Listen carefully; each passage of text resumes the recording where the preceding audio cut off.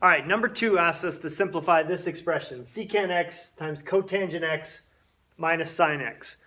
So there's nothing that we can factor out or cancel, and there's nothing that's jumping out at me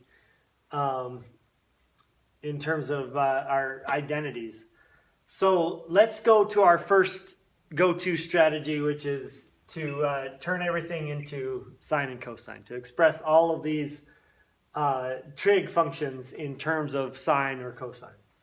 So secant is going to be 1 over cosine, and cotangent is going to be cosine over sine, and then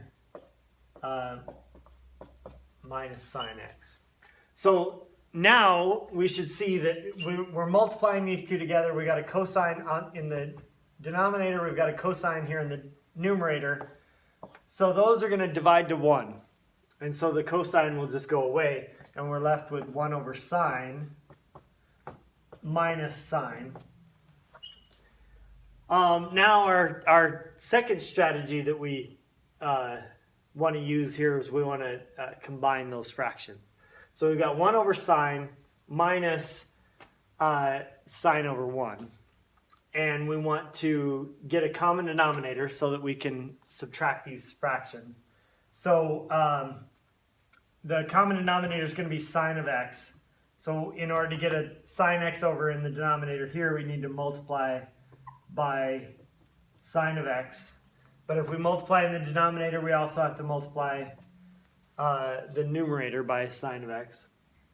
So we get 1 over sine of x minus sine squared of x over sine x.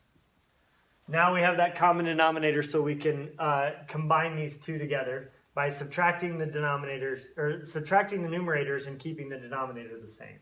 So 1 minus sine squared x over sine of x.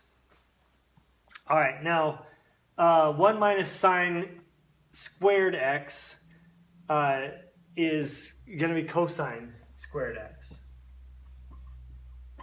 That comes from one of our Pythagorean identities. So we've got cosine squared x over sine x. Now let me write this as this cosine squared is cosine x times cosine x.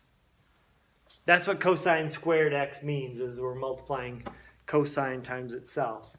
And divide that by sine of x. So notice here what we've got is cosine times cosine over sine.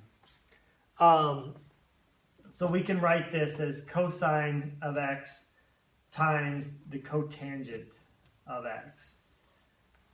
And that's going to be our answer.